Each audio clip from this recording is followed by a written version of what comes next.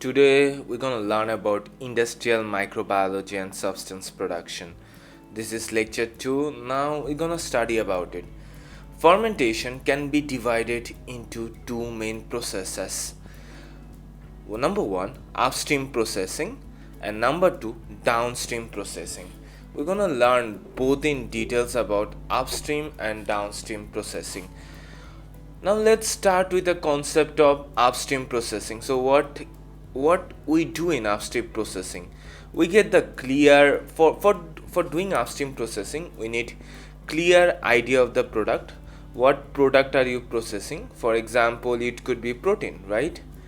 It could be protein or vaccines, right? And then we have selection and screening of candidate organism.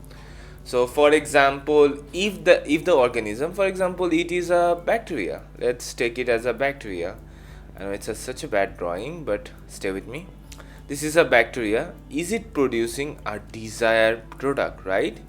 We have to look in this sector, right? If the bacteria is producing desired product or not. Media sterilization, so we do not have contaminated, because media can get contaminated with several other bacteria or viruses or fungus. And then media formulation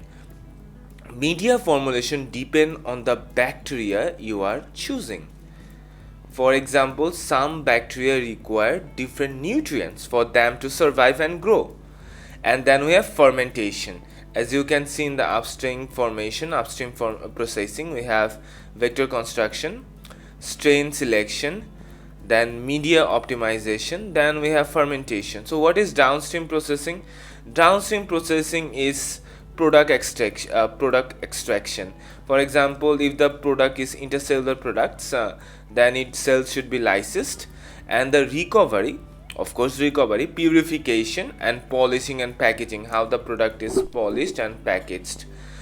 Now let's look at upstream processing in details. Product identity. Is the product is a protein, enzyme, antibiotics, vaccine, biofuel, or amino acids, right? So you have to remember, if the product is protein, enzymes, this one is very important, so you remember this thing, antibiotics, vaccines, and biofuel. What is biofuel? And amino acids, right? So biofuel is the use with the fuel we use replacement of the traditional fuel. For example, ethanol that can be produced using bacteria very easily. And we have to know about the product. We are done with the product identity, what the product is. Then we have to know about the product properties. What is the properties of those product? We have to know their molecular size, stability, solubility, sensitivity to temperature, pH, oxygen, and shear stress. So you have to remember these points. Then we have production method. Which organism producing it, right? The organism, it could be a bacteria, virus, or fungus, right? So what is a growth condition optimize the yield? What is the growth condition of that particular microorganism? Then we have yield approximation. For example, there is one organism 1 and 2. Okay, one produce number 1 produce less yield, have less yield than number 2. So we will choose number 2, although they produce the same product. But it depends on the yield, right? So yield concentration is the amount per fermentation volume. Growth phase, when the product is maximally produced. Downstream impact. What is downstream impact? How the product properties affect harvesting, extraction, and purification strategy. Suppose you choose an organism, right? What happened? The product should be easily extracted and harvested.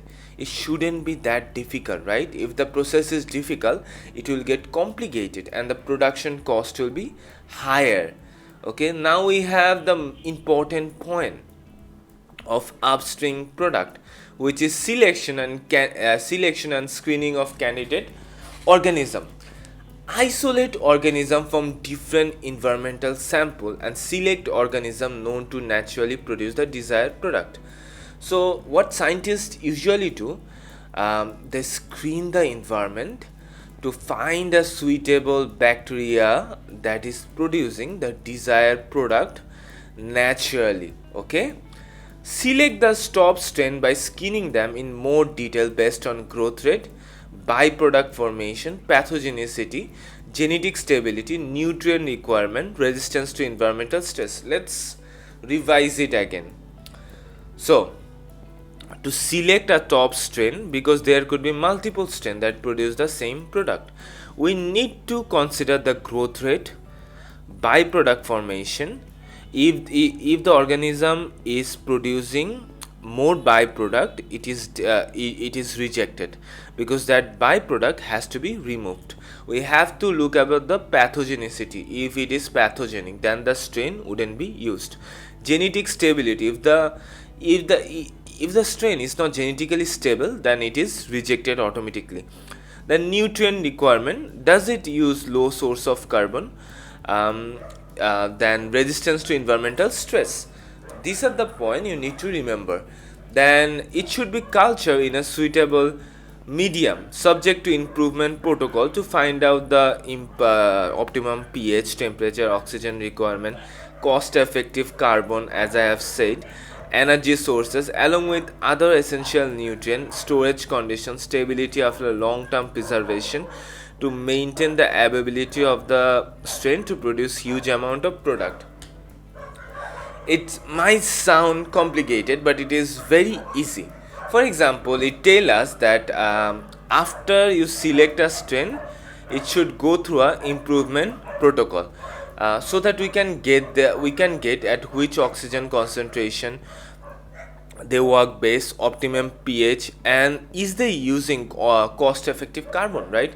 If they are using carbon sources that are very high in price, that strain is probably rejected. And energy sources along with other essential nutrient, and also the organism storage condition, is it easy for the organism to be stored or not, and long term preservation to maximize the ability of the strain. Like you have to able to store the organism for a very long time, otherwise it's not possible to develop this culture again and again. It is not cost effective. Now let's look at strain improvement.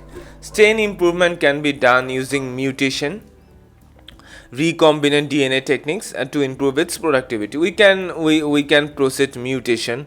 We can have mutation to increase the chance of product formation. Then we have recombinant DNA technology, which basically transfer gene from another organism to the desired organism. Now let's look at media sterilization. What is media sterilization?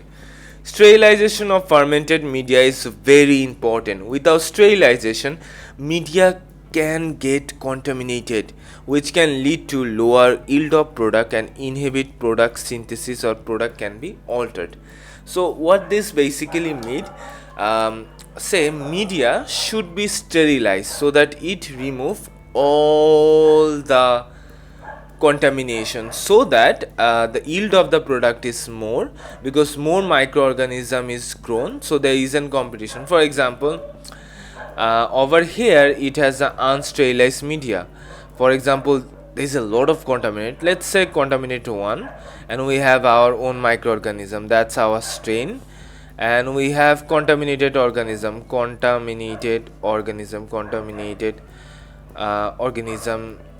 So these organism both of them are using the same nutrient source, right? As they're using the same nutrient source, there will be competition, right? So it inhibit the maximize yield, right? And sometimes it inhibit product synthesis also, and product can be altered, it can be modified by this microorganism, right? It can also inhibit this microorganism by killing it. That is one of the important concept. The product yield, because contamination can reduce product yield. inhibit product synthesis completely or can lead to the modification of the product. Media required for the fermentation process and fermenter both are sterilized together. There is a media required for both fermentation process. For example, we select a strain, right? This is a strain. Then we have to grow this strain so that it has to be, so that it can take function in fermentation. So there should be an approximate number.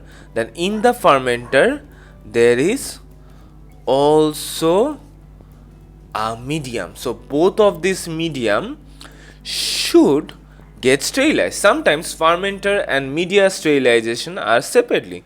Then sterile media is taken aseptically to the sterile empty fermenter. Then let's look at media preparation and formulation. Fermentation process usually is carried out in large tank known as bioreactor or fermenter. If you look at the fermentation vessels, this is known as fermenter or bioreactor. Why is it called bioreactor? It is called this is because microorganisms are used, that is why it is called bioreactor.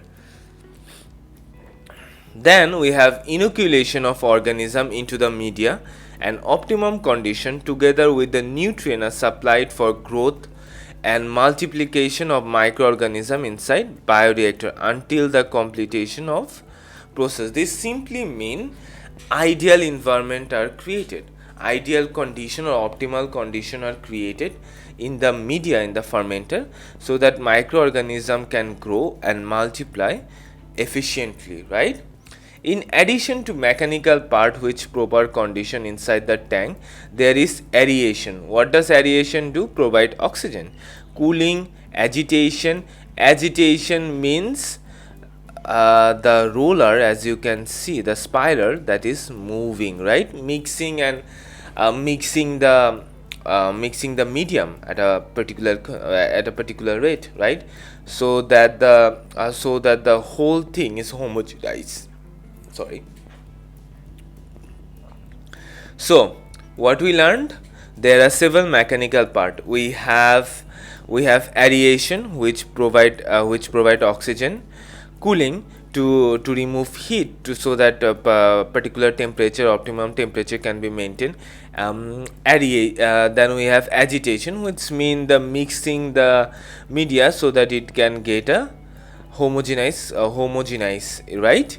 The fermenter is usually also equipped with complex set of monitor and control processes. Of course, it has advanced monitors and control devices so that optimum microbial growth can be achieved. Now let's look at fermentation. There are two types of fermentation. One is surface fermentation, one is submerged fermentation. This is actually the surface fermentation. As you can see, this is submerged fermentation, right? You are more used to this type of fermentation than this one, right? You're more used to this one than this one. Like, what is surface fermentation? Microbes are cultivated on the surface of the solid. As you can see, the microbes are cultivated on the surface of the solid or semi-solid substance that and with enough moisture. This thing should contain enough moisture, right? Enough moisture so that microorganism can grow. Microorganism also require water, right? This is also known as tray fermenter, rotary drum fermenter, etc. Okay. Microbes grow on the surface in a warm, humid, aerobic condition. So in surface fermenter, microbes grow on, one is warm, two is humid, and three is aerobic environment. One is warm, humid, and aerobic environment. After fermentation, the product enzyme acid is extracted from the solid mass. This technique is very complicated and rarely used in the industry. So inside the fermenter, So let's recap what we have learned. We have learned that surface fermentation, the micro sorry, I'm having a little bit cold. So in surface fermentation, the microbe are cultivated on the surface of the solid or semi-solid substance with enough moisture. This type of fermenter are also called tray fermenter, rotary drum fermenter, etc. Then microbe are grown in a warm, humid and aerobic environment. After fermentation, the product enzyme and acid is extracted from the solid mass. After fermentation, these products are extracted from the solid mass. This technique is complicated and rarely used in the industry. That is why this type of thing you don't see naturally, but this is very common. What is surface fermenter? Surface fermenter are carried out in batch, feedback batch, fed batch and continuous reactor fermenter. In submerged process, microorganism grow in a liquid media. For example, if you dissect it, you see it is grown in a liquid media, right? This is the media we have. This is the organism. This is the organism, right? The media is held in the fermenter and stirred to obtain homogeneous distribution of cell and media. Most processes are aerobic, for the medium must be vigorously aerated. All important industrial bioprocess, production of biomass, protein, antibiotics, enzyme are carried out by submersion process. Okay, so basically we learned they could be carried out in batch.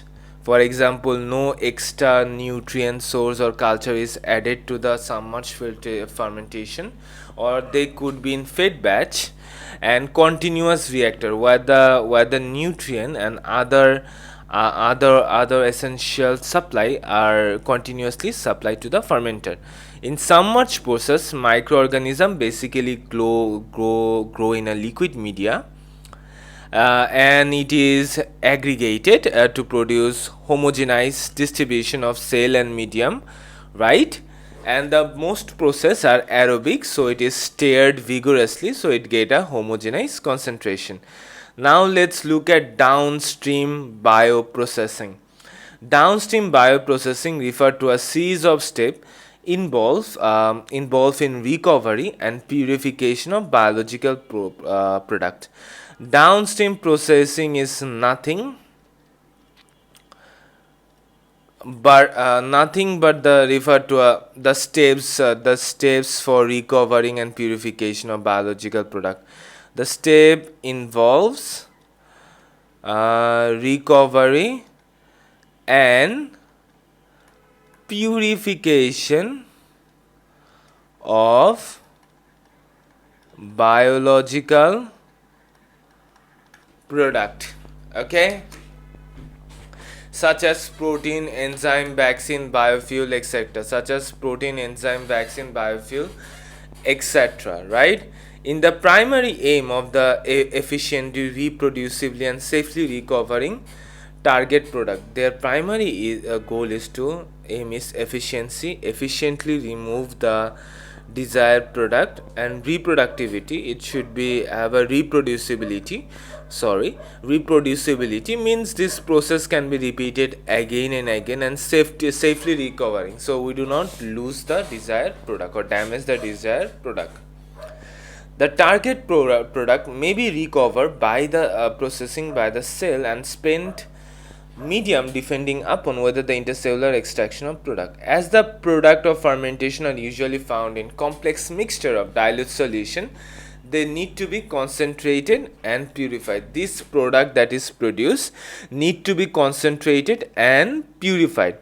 The waste product can be drained off, can be used in the process or discarded. The waste product that is producing can be used if possible or discarded okay. The residential microbe and nutrient from the fermentation chamber can be recycled back to the system. Now let's look at downstream processing step. We have harvesting, right? The first step, we have several processes where we can do it. Centrifugation, where the spinning the broth to separate the cell from the liquid phase. Then we have filtration, passing the broth. I hope you guys know what is broth is, right? For example, this is fermenter. The liquid medium is known as broth. Okay. So to separate cell from liquid phase, filtration, passing the broth through the filter to remove solid. Folliculation, using chemical to aggregate cell for easier separation. These are the cell technique. Then we have cell disruption. We have mechanical method, which is homogenization, sonication, grinding, bread mills to break open the cell. So mechanical process which will break the cell. Okay. Then we have chemical or enzymatic method. Use detergents such as Triton X100, sodium decyl sulfate, and enzyme to degrade cell wall. Now we look at clarification. In most extracellular product, after the cell and other large debris are removed from the fermentation media, it is the step is to clarify the media to remove smaller particles, such as we do microfiltration and ultrafiltration. In microfiltration, a process that remove fine particle from liquid phase. Okay. Ultrafiltration helped in removing low molecular weight contaminated. So these are two important things. One is microfiltration, one is ultrafiltration. Microfiltration is basically a process that helps to remove fine particle from the liquid phase, whereas in ultrafiltration the step helps in removing low molecular weight contamination. Concentration helps to recover the process, increasing the amount of desired product per unit volume by removing water or other diluting substance from the media or product solution. So the product that is produced need to be concentration. So one method is that to concentrate is to by removing basically water. We can do it by evaporation, which uses heat to evaporate water amount of the media to increase the concentration of the product. Then we have reverse osmosis. Applies pressure to force water to remove high solute concentration to a lower solute concentration. Then we have purification. Purification is typically the most challenging and expensive step to a downstream processing. Involves separating the product from other component in the broth. Broth can have other contaminants, right? So we need to purify the product. Right? The level of purity must be achieved, usually determined by the specific use of product.